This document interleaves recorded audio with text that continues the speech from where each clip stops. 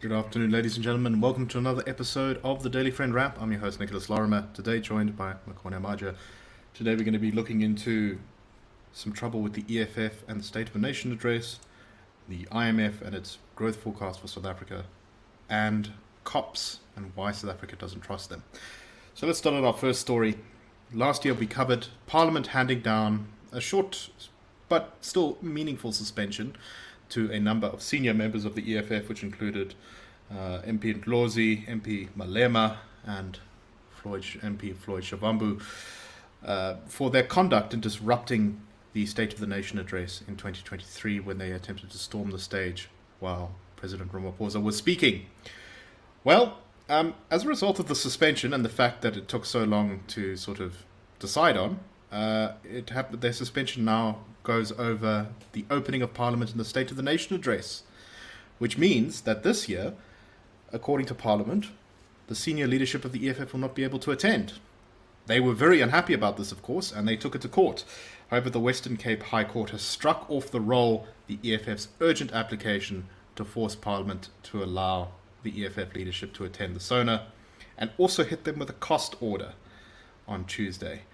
So, not great for them. Makone, I was recently reading a little bit about the history of parliaments across time and place, and it strikes me that there's something really important about making sure that the rules of parliament are followed. What do you make of this story? I would agree with you there on the importance of parliaments, especially on one of the greatest speeches of the year that we genuinely received from the president, the State of the Nation address. Quite conflicting for me, this judgment. I saw that it was a mixed bag of judgments too. There was another judge who argued that these are complex constitutional matters that are being argued here and it should not just be thrown out flippantly. And I'd say there's a great case to be made for that, right? Do we really want the presence of people dressed in soldier garb, manhandling members of parliament? No. But equally, do we want members of parliament disrupting year after year? I mean, it's kind of been a long time coming that there would be some consequences on the senior members of the EFF for their general behavior in every other State of Nation address for the last 10 years or so. So in a way, it's been a long time coming, but I do worry that there are significant constitutional matters, complex matters that are not being addressed in the judgment.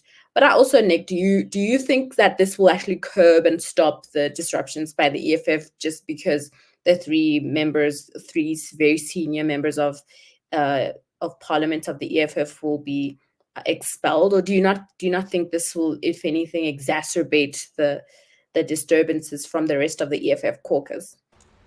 So I don't really see how it could exacerbate it unless the EFF literally starts throwing Molotov cocktails and firing guns in the house. So I think it'll probably be exactly the same as last year, except you just won't have those members there. They'll maybe be in the public gallery or something like that. I'm not entirely sure how they're going to work it. But, there's inevitably going to be another disruption this time. But I do think symbolically it is important to kind of uphold a sort of standard.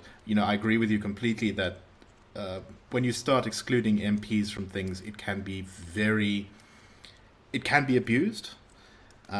In this case, though, I think there's clear evidence that it is not being abused, considering that what the EFF did at the last SONA. Will this make a big difference? Not in the short term, no. We're almost certainly going to see disruption again. But in my opinion, it's important to uphold this principle to kind of set this norms and standards. And if there is another disruption, then there should be another disciplinary case, and it should be judged on the merits of whatever happens. And if, once again, there's a breach, another sanction should be applied. And that should just keep on happening until there's compliance with the rules. Also, quite frankly, the EFF's voters, I think, should punish them for this stuff because it's not helping anyone's democracy or really anything, particularly of how transparently a stunt this stuff is when it comes to Parliament. I think it has lost its novelty. It's now predictable every other year. Exactly, and what makes it even more cynical is that the EFF will only wear their well, I'm not sure if this is still the case, but I know definitely when they started in Parliament, they would only wear their sort of overalls and maid uniforms when Costume, they knew, Halloween yeah, costume. their Halloween costumes when they knew there was going to be a lot of TV audience. And actually, they would wear more sort of stylish or formal clothes when it was like not an exciting time in Parliament, which I think just kind of shows the cynicism involved. Anyway, let us move on to our next story, and this is, I think, one that comes as no surprise, but it's still not great news, and that is that the International Monetary Fund, which estimates the economic growth for every country in the world, has downgraded South Africa's forecasted growth. This year, they were originally projecting 1.8% growth. They've downgraded that to 1%. And there are many reasons for this, but the big one is, of course, load shedding, which they say is continuing to disrupt the economy and needs urgent reforms in order to solve. At the same time, South Africa has also scored its lowest ever score on the Corruption Perceptions Index, which is one of the most commonly used corruption indexes in the world. We are one of the 23 countries that have sunk to their lowest level, placing it in the category of flawed democracy.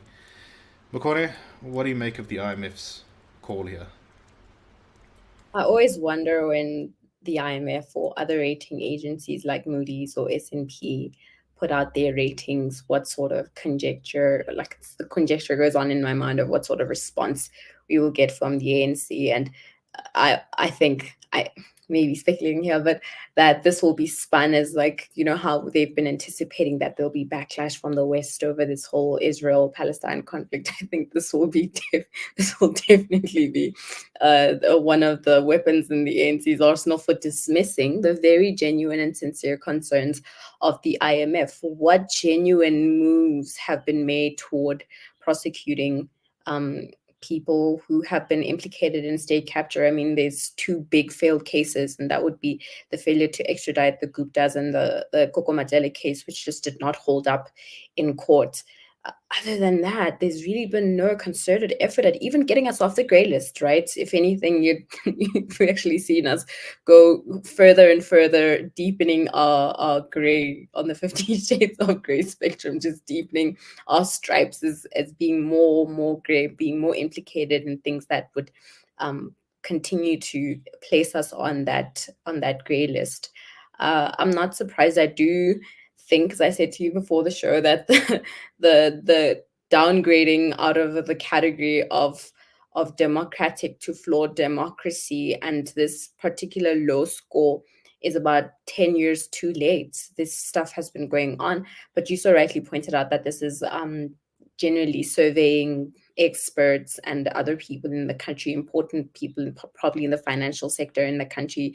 That's whose scores we are seeing reflected there in that overall score that's granted to a country at the end of the day. But I still think a lot of the stuff could have been, a lot of the downgrading could have been done years prior, even 5 years prior, instead of just 10. No, I think that some of that is definitely 100% true. And, there's a sort of weird perception out there amongst some that, well, economic growth is somehow going to turn around in the next few years, but why? We're continuing down the path of ever yet more destructive policies. There's no sort of turnaround from government. And if we keep going down this path of not prosecuting people who are obviously, guilty of corruption and not changing the economic policy except to make it more anti-business and anti-wealth, then why should it turn around? It's a sort of bizarre idea that economic growth is going to pick up in the next couple of years, which I think is just not really based in reality.